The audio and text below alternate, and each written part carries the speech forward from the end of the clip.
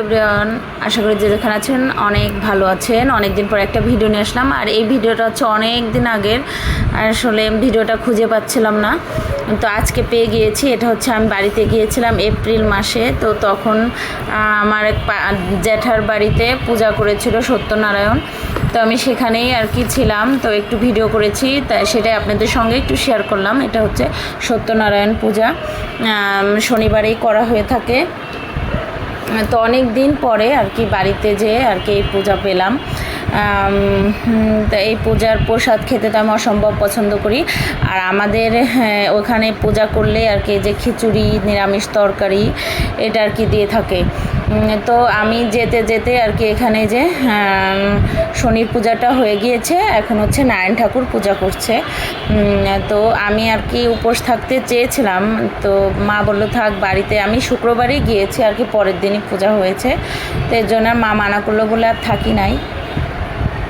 তো এখন এই যে এখানে পূজা করা হচ্ছে, পূজার পরে যে এখন আরতি করছে। তা শনি পূজা যেহেতু আগেই হয়ে গিয়েছে, তো এই পাশে যে প্রসাদটা আর কি গুলিয়ে নিচ্ছে। আমাদের এখানে তো সবাই গোলা প্রসাদই বলে, অনেক অনেক জায়গায় আবার সিন্নি বলে থাকে। তো এই যে অনেক লোক সবাই কিন্তু উপাস আছে, এই যে পিচ্চিরা সবগুলো উপাস রয়েছে। তা আমি ভিডিও করছি বলে এর জন্যে সবাই হাত দিচ্ছে। যে পূজা, নারায়ণ পূজা হয়ে গিয়েছে, এখন হচ্ছে সবাই অঞ্জলি দিচ্ছে এখানে ঠাকুরমশাই। তো সবাইকে অঞ্জলি দেওয়া হয়ে গেলেই পরে আর কি নারায়ণ ঠাকুরকে ঘরে নিয়ে যাবে। আর আমাদের ওইখানে নারায়ণ আর শিলাকে নিলে কেউ আর কি ধরতে দেয় না, আর নারায়ণ শিলাকে ধরলে মুখে কথাও বলা যায় না আর কি, এক পাশ দিয়ে নিয়ে ঘরে রেখে দিতে হয়। তো এই তো সবাই প্রস্তুতি নিয়ে নিল আর কি অঞ্জলি দেওয়ার জন্যে। তো আমি তো আর উপোস থাকি নাই, তো আমি দাঁড়িয়ে দাঁড়িয়ে আর কি ভিডিও করছি। আমার ছেলে আর কি সব কিছু বাজাচ্ছে আর কি, যে কাসর আছে সেটা বাজাচ্ছে।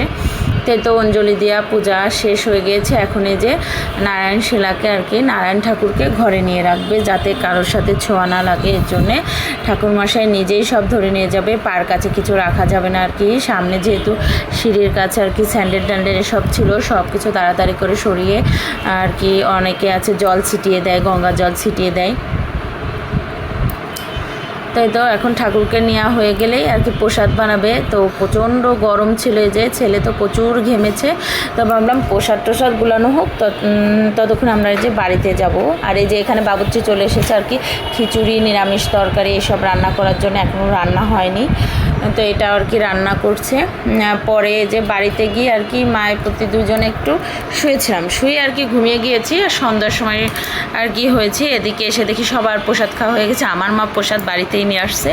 তো এটা হচ্ছে পরের দিন আর কি 4টার দিকে, ভোর 4টাতে প্রচণ্ড ঝড় বৃষ্টি হয়েছে, সেটাই একটু ভিডিও করেছে। এই যে এইসব ঘরগুলো আমরা ছোটোবেলায় থাকতাম, এখন আর কারো থাকা হয় না। পাশে আমরা এখন এই পাশের বাড়িতে চলে আসছি, এইখানে আমরা থাকতাম। তো এই হচ্ছে ছোটোখাটো একটা পূজার ভিডিও আপনাদের সঙ্গে শেয়ার করলাম। যদি কারোর ভালো লাগে অবশ্যই লাইক কমেন্ট শেয়ার করবেন। আর এটা হচ্ছে বাবার বাড়ি থাকাকালীন এই ভিডিওটা। তো এই যে যদি কারোর ভালো লাগে অবশ্যই লাইক কমেন্ট শেয়ার করবেন। যারা আমার ফেসবুক পেজ থেকে দেখছেন তার পেজটা আমার অবশ্যই ফলো দিয়ে দেবেন, আর যারা আমার ইউটিউব চ্যানেল থেকে দেখছেন তারা আমার ইউটিউব চ্যানেলটাও সাবস্ক্রাইব করে দেবেন। তো এই হচ্ছে আজকের মতন ছোট্ট একটা ভিডিও আমি এখানেই শেষ করলাম। আর এই ভিডিওটা আমার ছেলে করেছে, দেখেন অসম্ভব ঝড় বৃষ্টি হয়েছে।